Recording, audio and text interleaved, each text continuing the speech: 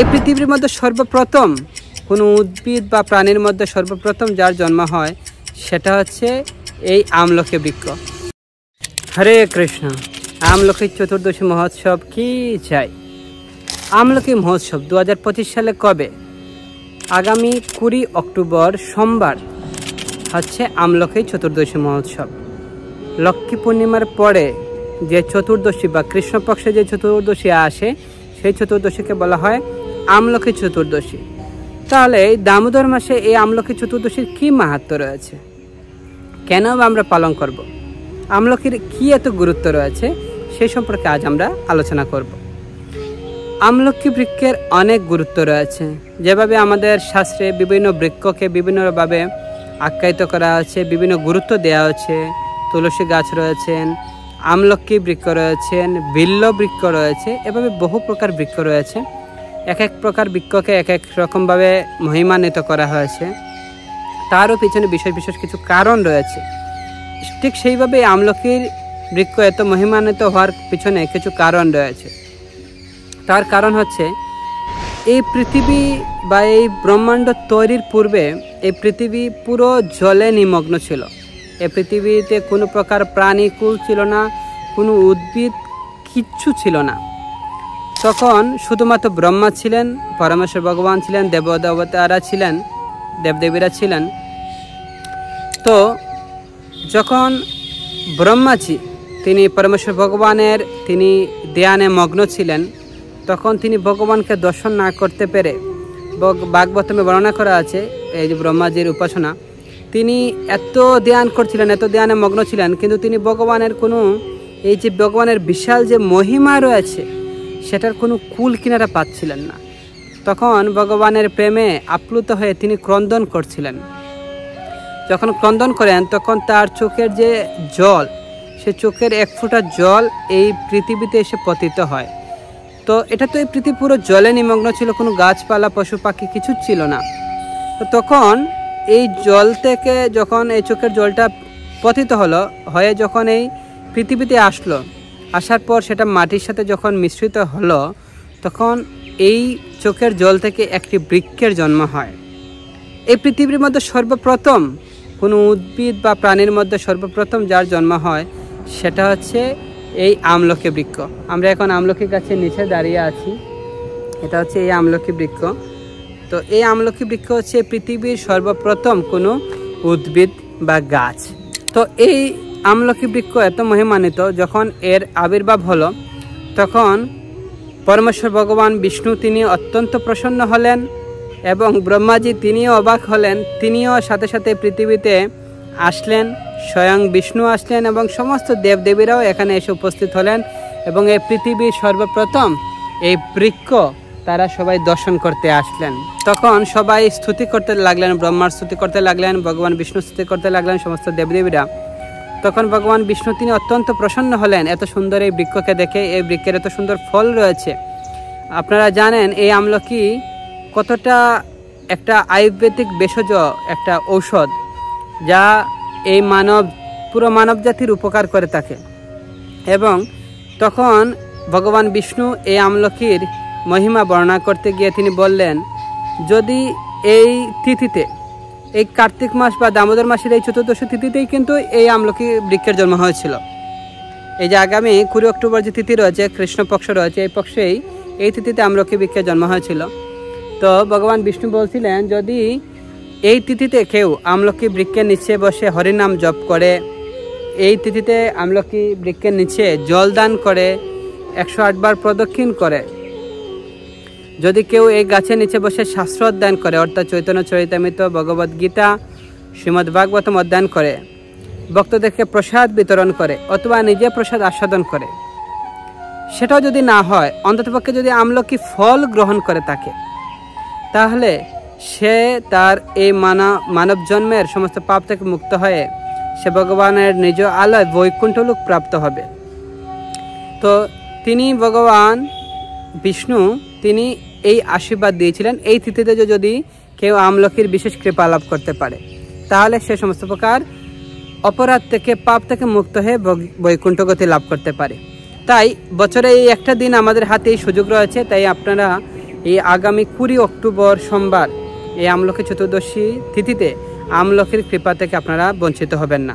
সেই দিন আপনারা আমলকি গাছের নিচে এসে বসুন, গ্রন্থ অধ্যয়ন করুন, প্রসাদ পান, প্রসাদ বিতরণ করুন। অন্ততপক্ষে আমলকি ফল বাজার থেকে কিনে হলেও বা গাছে থাকলে তো ভালো, সেটা আপনারা গ্রহণ করুন। তাছাড়াও পদ্মপুরাণে আরও অনেক মহিমা বর্ণনা করা হয়েছে এই আমলকি বৃক্ষের। পদ্মপুরাণে বর্ণনা করা আছে, দেবশর্মা নামে ভগবানের একজন মহান ভক্ত ছিলেন। তিনি তার পরিবারের সমস্ত সদস্যদের মধ্যে তিনি আমলকি বৃক্ষের মহিমা এই আমলকি চতুর্দশীতে বর্ণনা করছিলেন এবং সাথে সাথে দামোদর মাসের মহিমা বা কার্তিক ব্রতের মহিমা তিনি বর্ণনা করছিলেন। তখন সেখানে তার পরিবারের সদস্যদের মধ্যে উপস্থিত তার এক ছেলে, সে একটু নাস্তিক প্রকৃতির ছিল, সে তার ভগবত ভক্তিতে অত উৎসাহ ছিল না। তো যেহেতু তার উৎসাহ ছিল না, তখন সে তার বাবাকে বলছে যে বাবা, আমি আপনার এই ভগবত কথা, ভগবানের কথা, এত মহিমা আমি শুনতে আগ্রহী নই, আপনি এসব বন্ধ করুন। এই দামোদর মহিমা, আমলকি মহিমা এসব আমি শুনতে চাই না, এগুলা আমি শুনতে আগ্রহী না। মানে খুব একটা হট্টগোল পাকিয়ে দিয়ে অনীহা প্রকাশ করে। তখন দেবশর্মা খুব ক্রোধান্বিত হন যে এরকম আসরিক বাবা সম্পন্ন, এরকম আসরিক মানসিকতা সম্পন্ন একটি পুত্র সন্তান আমার গৃহে জন্মগ্রহণ করলো, তোমার এত নিম্ন রুচি, আমি তো সেটা বিশ্বাস করতে পারছি না। তোমার ভগবত ভক্তিতে কোনো আগ্রহ নেই। কত মহিমান্বিত হচ্ছে এই দামোদর মাস, এই দামোদর ব্রত, কত মহিমান্বিত হচ্ছে এই আমলকি বৃক্ষ, আর তুমি তা শুনতে অনীহা প্রকাশ করছো। আমি তোমাকে অভিশাপ দিচ্ছি, তোমার এত নিম্ন রুচি, তাই তুমি নিম্ন জুনি অর্থাৎ ইঁদুর জুনি তুমি লাভ করো। তোমার মানব জন্মে থাকার অধিকার নেই। মানব জন্মে থেকে যদি কেউ ভক্তি না করে, তাইলে মানব জন্ম লাভ করার কোনো অধিকার কারণ নেই। মনুষ্য জন্ম পাইয়া রাধাকৃষ্ণ না বজিয়া, জানিয়া শুনিয়া বিশ্ব খাইন। মানে এই মনুষ্য জন্ম পেয়ে যদি কেউ রাধাকৃষ্ণ ভজনা না করে, তাহলে সে জেনে শুনে বিষ পান করছে। কি গুরুত্ব রয়েছে মনুষ্য জন্মের। পশু পাখি কীট আদি বলিতে না পারে, একবার হরিনাম শুনিলে সে তরে। শুনিলে হরিনাম, একবার হরিনাম শুনলে পশু পাখি কীট আদি তারা উদ্ধার পায়। সেটা যদি মানুষ হরিনাম করে, কিন্তু পশু পাখি তো হরিনাম করতে পারছে না। তো এই মনুষ্য জন্ম পেয়ে যদি হরিনাম না করে, তাহলে কীট আদি পশু পাখি আর মানুষের মধ্যে কি তফাৎ রল। তাই তুমি ইঁদুর জন্যে প্রাপ্ত হও। তো সেই ইঁদুর জন্যে প্রাপ্ত হওয়ার জন্য অভিশপ্ত হলো। তখন সে বুঝতে পারলো না, আমার বাবা তো একজন মহান ভাগবত, তার এই অভিশাপ সেটা ফলপ্রসূ হয়ে যাবে। তখন সে সাথে সাথে গিয়ে বাবার চরণে পতিত হয়ে প্রণাম করলো এবং বললো, বাবা আমাকে ক্ষমা করে দিন, আমি বুঝতে পারিনি, আমি অনেক সময় অহংকারিত হয়ে গেছি, অপসঙ্গে খারাপ সঙ্গে আমার মস্তিষ্ক বিকৃত হয়ে গেছে, আমি কিভাবে উদ্ধার পাবো, আপনি আমাকে রাস্তা নির্ধারণ করে দিন, আমাকে শিক্ষা দিন। তখন তিনি বলেন যে আমার কিছু করার নেই, কারণ ব্রাহ্মণের বাক্য বা বৈষ্ণব বাক্য মুখ থেকে বের হয়ে গেছে, সেটা ফলপ্রসূ হবে। আমি তোমাকে আশীর্বাদ প্রদান করছি, কারণ বৈষ্ণব আছেন করুণাময়। যদিও বৈষ্ণবের আশীর্বাদ, কিন্তু এটা অভিশাপ কিন্তু আশীর্বাদে অনেক সময় পরিগণিত হয়, শাস্ত্রে এরকম বুড়ি বুড়ি উদাহরণ রয়েছে। তো তিনি বলেন, তোমাকে আমি অভিশাপের পাশাপাশি আশীর্বাদ প্রদান করছি। যদি কোনো ভগবানের মহান ভক্ত কোনো এক সময় এই কার্তিক মাসে বা দামোদর মাসে আমলকি বৃক্ষের নিচে বসে আমলকির মহিমা কীর্তন করেন, দামোদর মাসের মহিমা কীর্তন করেন, সেটা তুমি যদি শ্রবণ করো, তাহলে তুমি এই ইঁদুরজনী প্রাপ্ত থেকে মুক্ত হয়ে তুমি বৈকুণ্ঠ গতি লাভ করবে। হরি বল। তখন সে ইঁদুর দেহ প্রাপ্ত হয়ে সে কী করলে, গহীন জঙ্গলে চলে গেল এবং সেখানে একটি বিশাল আমলকি বৃক্ষের পাশে সে অবস্থান করতে লাগলো। কারণ যেহেতু সে একজন মহান ভক্তর সন্তান ছিল, তার কিছু স্মৃতি মাথায় ছিল কোনো কারণে, তার পূর্বজন্ম হয়তো সুকৃতির কারণে, তো তাই সে এই আমলকি বৃক্ষের পাশে একটি কূপে সে বসবাস করত। তো একদিন বিশ্বামূর্ত মুনি তিনি তার শিষ্যগণ সহ তিনি বনে ভ্রমণ করতে করতে ক্লান্ত হয়ে তিনি একটি আমলকি গাছের নিচে বিশ্রাম গ্রহণ করেন এবং সেখানে তিনি বসে তিনি তার শিষ্যদের সামনে তিনি কৃষ্ণ কথা আলোচনা করেন। আর তখন ছিল দামোদর মাস বা কার্তিক মাস, তাই তিনি এই দামোদর ব্রত বা কার্তিক ব্রতের মহিমা এই আমলকি বৃক্ষের নিচে বসে তিনি তার শিষ্যদের নিকট তিনি পাঠ করছিলেন বা বর্ণনা করছিলেন। সাথে সাথে আমলকির মাহাত্ম্য তিনি আলোচনা করছিলেন, যেহেতু তিনি আমলকি বৃক্ষের নিচে ছিলেন। এবং সেদিন আবার আমলকি চতুর্দশী ছিল, কালক্রমে। আসলে ভক্তরা যা বলেন ভগবান সেটার একটা পুরো দৃশ্য তিনি সাজিয়ে রাখেন। তিনি ভক্তদেরকে দিয়ে লীলা করান, ভক্তদেরকে দিয়ে তিনি অনেক কথা বলান। এবং ভগবান গীতায় বলেছিলেন, অর্জুন আমি দীপ্ত কণ্ঠে ঘোষণা করছি আমার ভক্তের কখনো বিনাশ নেই। তো যেভাবে ভক্তের বিনাশ হয় না, তখন সেইভাবে ভক্তের মুখে যদি কোনো বাণী বের হয়ে যায়, কোনো কথা বের হয়ে যায়, সেটাকে মিথ্যা হতে দেন না ভগবান, সেটাকে তিনি সত্যে পরিণত করেন। তো ঠিক সেইভাবে যেহেতু দেবশর্মা এরকম ভবিষ্যৎবাণী করেছিলেন, তাই ভগবান পুরো দৃশ্যটা তিনি এভাবে সাজিয়ে রাখলেন।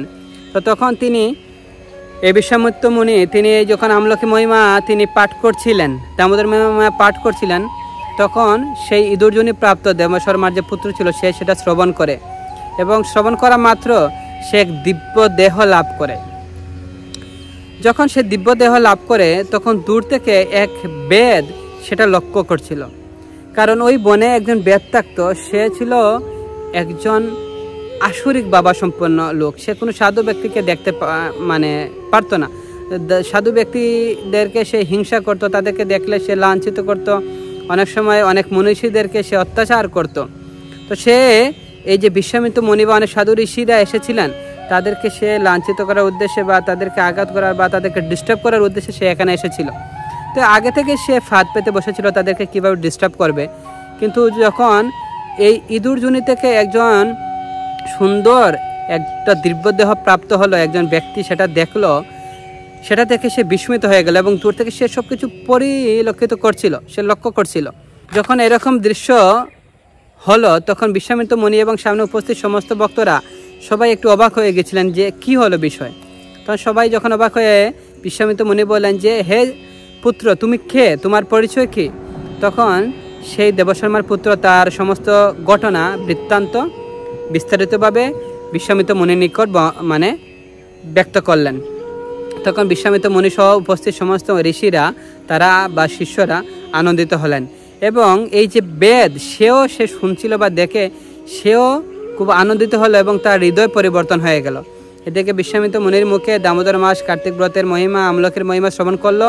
এদিকে এই যে আমলকির মহিমা শ্রবণ করে বা এই দামোদর মাসের মহিমা শ্রবণ করে ইঁদুরজনি থেকে একজন বৈকুণ্ঠগতি লাভ করতে পারে, সেই দৃশ্য শ্রবণ করে বা দর্শন করে সে তার হৃদয় পরিবর্তন হয়ে গেল, এবং সেও সাথে সাথে এসে বিশ্বামিত্র মুনির চরণে পতিত হয়ে ক্ষমা ভিক্ষা করলো যে আমি সারা জীবন অনেক পাপ করেছি, অনেক খারাপ কাজ করেছি, আমি আর কিছু করতে চাই না, আমি ভগবত ভক্তি করতে চাই, আমি দামোদর ব্রত পালন করতে চাই, আপনি আমাকে বলুন আমি কিভাবে দামোদর ব্রত পালন করব।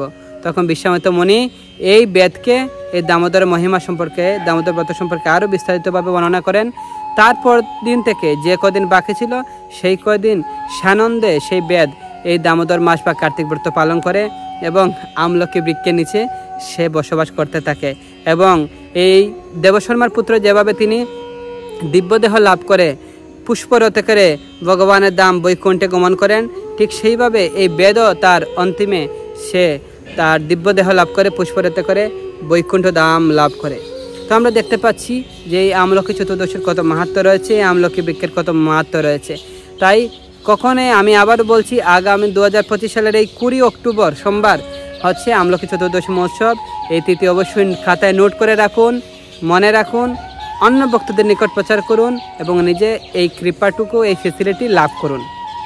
জয় আমলকি চতুর্দশী মহোৎসব কি জয়, আমলকি বৃক্ষ কি জয়, জয় ভগবান দামোদর কি জয়, যশোদা মাইয়া কি জয়। সবাইকে অসংখ্য ধন্যবাদ জানাচ্ছি। হরে কৃষ্ণা।